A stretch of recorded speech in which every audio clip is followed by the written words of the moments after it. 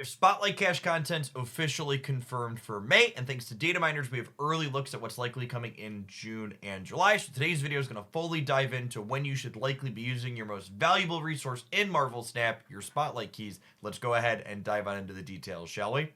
Our first Spotlight Cache for May, running from the 7th through the 14th, contains Nocturne as a new Series 5 card, Kyeria as a returning Series 5 card, and Selene as a returning Series 5 card. We give the Spotlight Cache a fairly middle of the road 3 out of 5 star rating. The points this week are largely based on the fact that I expect Nocturne to be a format staple moving forward. She has clean synergy with Angela and will definitely be a card you want to play in the Kitty Pryde Movers decks that also feature Kraven. She's good utility, letting you mitigate location variants at will. The rest of the Spotlight Cache just leaves a little bit to be desired. While Kyeria and Selene are both Series 5 cards, meaning they're expensive to pick up with collector's tokens, they don't really serve any purpose in the current metagame and aren't must-have cards that unlock any archetypes that you wouldn't otherwise have access to. Our next Spotlight Cache, running from May 14th through the 21st, contains Sage as a new Series 5 card, Legion as a returning Series 4 card, and Living Tribunal as a returning Series 5 card. When you give the Spotlight Week a fairly strong 4 out of 5 star rating, Living Tribunal is a card that defines the decks that it's contained in, meaning you can't play them if you don't have this card.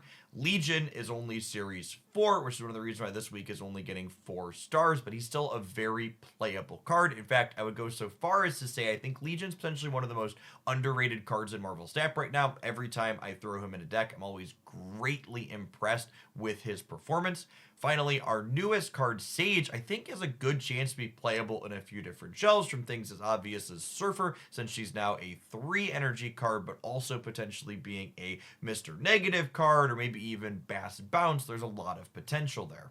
Our third Spotlight Cache for May, running from the 21st through 28th, contains Namora as a new Series 5 card, Scar as a returning Series 5 card, and the Black Knight as another returning Series 5 card. This Spotlight Cache week is one of a handful in this review to get a perfect 5 out of 5 stars for me. This week gets a perfect score for me because not only is everything in it Series 5, but both of the returning cards, Scar and Black Knight, define the decks in which they're played, meaning that you make a bunch of deck building choices around them and they're not replaceable if you want to play a deck that features them. Our new card released this week, Namora, feels like she could go either way. She has a pretty strict deck building requirement, but her baseline, if you meet that requirement, is 16 points worth of power for just 5 energy, which is solidly above rate. Our final Spotlight Cache for May, running from the 28th through June 4th, contains Sasquatch as a new Series 5 card, Havoc as a returning Series 4 card, and Ravonna as another returning Series 4 card. This Spotlight Cache week gets an absolutely abysmal 1 out of 5 stars for me. Havoc and Ravonna are both Series 4, meaning you could just pick them up for 3,000 collector's tokens and save your Spotlight keys for a better rated week. Havoc, as much as he is a beloved pet card of mine personally, just isn't super competitive and isn't contained in any top decks. Ravonna is a unique effect that's difficult to replace, but she's also not really in any format defining decks. I don't really expect that to change anytime soon. Finally, Sasquatch is a card that could go either way in terms of competitiveness, but Mobius is a tech card that exists in the format, so if he does ever rise to popularity, there's someone waiting in the rings ready to kick his sandcastle immediately over. All the Spotlight Caches we've looked at so far in this video are confirmed by Second Dinner, meaning they're guaranteed to not change for the month of May. Looking ahead, the remaining weeks we're going to be looking at into June and July are data mined information, meaning both the cards contained in the spotlights in a given week and the stat line and even text box of the unreleased cards are subject to change. That being said, all of the May stuff I just reviewed did not change from the previous data mine, so there's a reasonable chance that it stays the same. That being said, be sure to check the comments underneath this video if you're watching it at some point in the future, because I will update a pinned comment underneath if something major changes in any of the data mines I'm about to review. Our first Spotlight Cache week for June, running from the 4th through the 11th, contains Athena as a new Series 5 card, Grandmaster as a returning Series 5 card, and Gladiator as another returning Series 5 card. I'm going to give the Spotlight Cash Week a fairly solid 4 out of 5 stars. Gladiator is definitely a format staple that's contained in a variety of decks, whether you're looking for a good 3-drop in Silver Surfer or just a generically powerful card to play on curve. A 3/8 is hard to beat. This week's missing a perfect score is definitely related to the fact that Grandmaster is simply a card that leaves a lot to be desired. That being said, a month from now is a couple of OTAs away, so perhaps he'll get a point or 2 or even 3 worth of power before then, but as is, being a 2/0 as of my recording of this, he's just not a very good card. Finally, I expect the new card released this week, Thena, to likely be fairly reasonable. 2 energy cards that scale up in stats tend to be pretty solid in Marvel Snap. Our next Spotlight week runs from June 11th through the 18th and contains Cersei as a returning Series 5 card, Meek as a returning Series 4 card, and the Phoenix Force as another returning Series 4 card. Giving the Spotlight Cash Week a fairly poor 1 out of 5 stars. Both the returning cards are Series 4, and neither of them are must-haves to play competitive decks in the format. Phoenix Force is defining in its archetype. Obviously, you can't play a deck without it, and Meek is a solid upgrade to discard, but if you really want either of these cards, you can just pick them up for 3,000 collector's tokens, being Series 4. Finally, our new card releasing this week, Circe, reads as something more fun and novel as opposed to competitive at face value, so I don't think there's necessarily a ton of value in picking her up unless you like the randomness that her effect has to offer.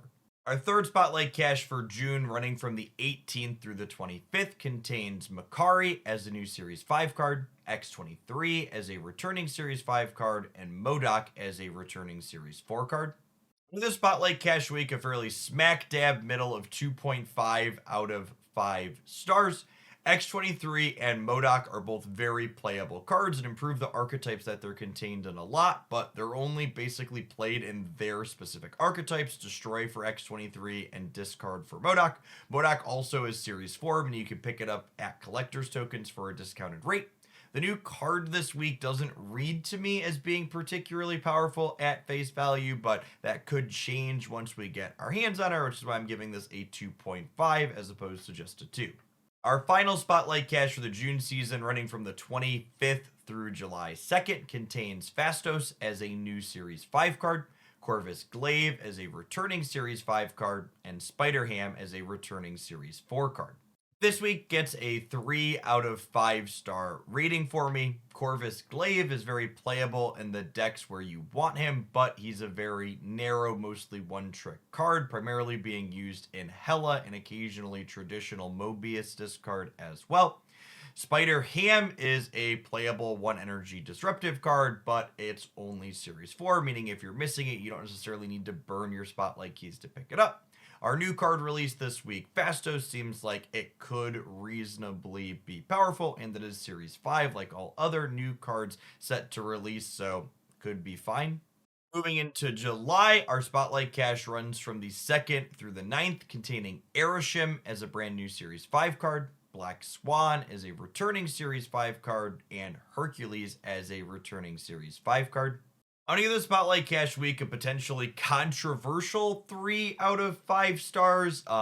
Hercules will maybe have a redesign / stat change before it releases about 2 months from my recording of this, but as of right now, he's a 4/7 that just doesn't belong in any deck list, even ones that are moving cards around. Black Swan is a card that doesn't have a good home right now, but I do think she's more powerful than she gets credit for, and she has the potential to be good if something like, say, Werewolf by Night gets buffed back, or if we get a sweet new 1-energy card for her to leverage. Finally, the new card releasing this week, Arishem, I think is super novel. It's going to open up a new deck building experience / archetype with its very unique effect. I think there's a lot of value in picking up, which is doing a lot of heavy lifting in my rating for this week. Our next July Cash Week, running from the 9th through the 16th, contains Hydra Bob as a new Series 5 card, Nebula as a returning Series 5 card, and Galactus as a returning Series 5 card. To add one more 5 to the Spotlight Cash Week, I'm giving it a perfect 5 out of 5 star rating. Nebula is arguably one of the most powerful 1 energy cards in the game, and she's an excellent addition to any collection that's missing her. Galactus is a big bad, meaning it's never going to drop out of Series 5, so you need to either open it in a cash week like this or spend 6,000 collector's tokens on it. Galactus is also a headlining, irreplaceable feature in any deck that's playing him, so if you like decks that contain this card, you're going to need to pick it up. Finally, Hydra Bob as our new card release is likely very playable. It's a 2/5 that slots elegantly into Cerebro 5, which will finally be playable, but I think it's also probably just a generically good card, even with its strange effect. Our next July cache, running from the 16th through the 23rd, contains Ajax as a new Series 5 card, Beta Ray Bill as a returning Series 5 card, and Darkhawk as a returning Series 4 card. Anyway, this Spotlight Cache week, an almost perfect 4.5 out of 5 stars. Beta Ray Bill and Darkhawk are both archetype defining cards that are consistently in and out of top decks in the format. The only reason this Spotlight Cache week isn't getting an absolutely perfect score is because Darkhawk is Series 4 at this point. Our new card release, Ajax, I think honestly has the potential to be another Beta Ray Bill or Darkhawk style card, where it's just this uniquely powerful stat stick that defines whatever decks that is put in that are afflicting the opponent's board with negative amounts of power. Our fourth Spotlight Cache week for July, running from the 23rd through the 30th, contains Copycat as a new Series 5 card, Cull Obsidian as a returning Series 5 card, and Thanos as a returning Series 5 card / Big Bad. This week gets a fairly solid 4 out of 5 stars from me. Thanos is a perpetually Series 5 Big Bad. Cull Obsidian not only plays well with Thanos in this same Spotlight Cache, but also goes into a handful of other decks that are either Zeus Swarm decks or things looking to enable Sakaar. He's a very unique effect that's difficult to replace. Our new card release this week is one that feels like she could go either way, but I think the information that she provides is likely to be valuable, and I wouldn't be surprised if she became a staple in something like Silver Surfer. Our final Spotlight Cache we'll be looking at today, running from July 30th through August 6th, contains Cassandra Nova as a new Series 5 card, Hope Summers as a returning Series 5 card, and Proxima Midnight as a returning Series 5 card. This Spotlight Cache closes out an incredibly strong month of caches for July, being another 5 out of 5 star rating for me personally. Hope Summers is an incredibly powerful Marvel Snap card, and this is actually her first time appearing in a Spotlight Cache after leaving the Season Pass card. She is super potent in decks like Silver Surfer, but also powers a variety of other just good stuff, and even synergy decks like the Kitty Hope Movers deck. Proxima Midnight is a uniquely powerful card contained in discard that doesn't have a clean replacement. Any deck that you swap her out in is going to be worse off for it. Finally, Cassandra Nova as a new card this week, I think has the potential to be very, very good in Darkhawk shells and a variety of others, just based on the stat line she's going to be putting on the board. Finally, while we're done looking at Spotlight Caches that are potentially coming up, I would like to take a minute to talk about the cards that I think are excellent candidates to pick up with your collector's tokens in the short term. These are all cards that are notably absent in the Spotlight Caches in May, as well as the data mines in June and July, and I think they're reasonable, unique cards that if you're interested in playing them are definitely worth spending your more limited resource on. First up, we have Mobius M. Mobius, who's only a Series 4 card, but you can pick him up for 3,000 tokens. Mobius is a really important tech card against Loki and a variety of other decks that are cheating on cost. And if you want to be competitive with a number of lists, he is a must-have card to make sure you're not just getting run over. Up next, we have Pixie, who is a Series 5 card that defines the decks in which she contains. Normally, Pixie decks have a number of deck building choices made to maximize her effect, and missing her in any deck list in which she wants to be played is going to hurt that deck in terms of cube equity, because she gives you an unpredictable output range that's fantastic for catching your opponent off guard. Mockingbird, I think, is arguably one of the best stat sticks in Marvel Snap right now. She synergizes with everything from Mysterio to Brood to Squirrel Girl, and any deck that wants to play her doesn't typically have a clean replacement for playing something else in her slot at nearly the same power level. Nico Minaru is not only one of my personally favorite cards in the game, she's unique and interesting in the effect that she offers, and her utility is unmatched in Marvel Snap right now. If you're someone that wants to play Destroy or you love sweet bounce decks with lots of sequencing, Nico is a must-have card that just doesn't have a comparable replacement. Red Guardian is a card whose power level is going to ebb and flow depending on what the metagame looks like, but under the right circumstances, the format's being dominated by Iron Man or, God forbid, Cerebro, Red Guardian could easily be a must-have tech card that's best in slot. This is one that could be fantastic or could be middling depending on what the metagame currently looks like, so take that into mind before spending your resources on him. Finally, the absolute best card you can spend your collector's tokens on in Marvel Snap right now is the one that will bring you the most joy that's currently missing from your collection. Remember, Marvel Snap is a game you should be playing for fun, and don't let resource optimization let you optimize the fun out of your game. Sitting on a giant pile of collector's tokens like some kind of dragon is not going to spark joy for you like getting that sweet card to finally let you play that archetype you've been looking forward to will. This video was long. Thanks for making it through to the end. If you enjoyed my breakdowns and musings today, be sure to snap that like button and make sure you're subscribed to the channel so you don't miss any of the other fantastic updates that I do here around Marvel Snap many times per week.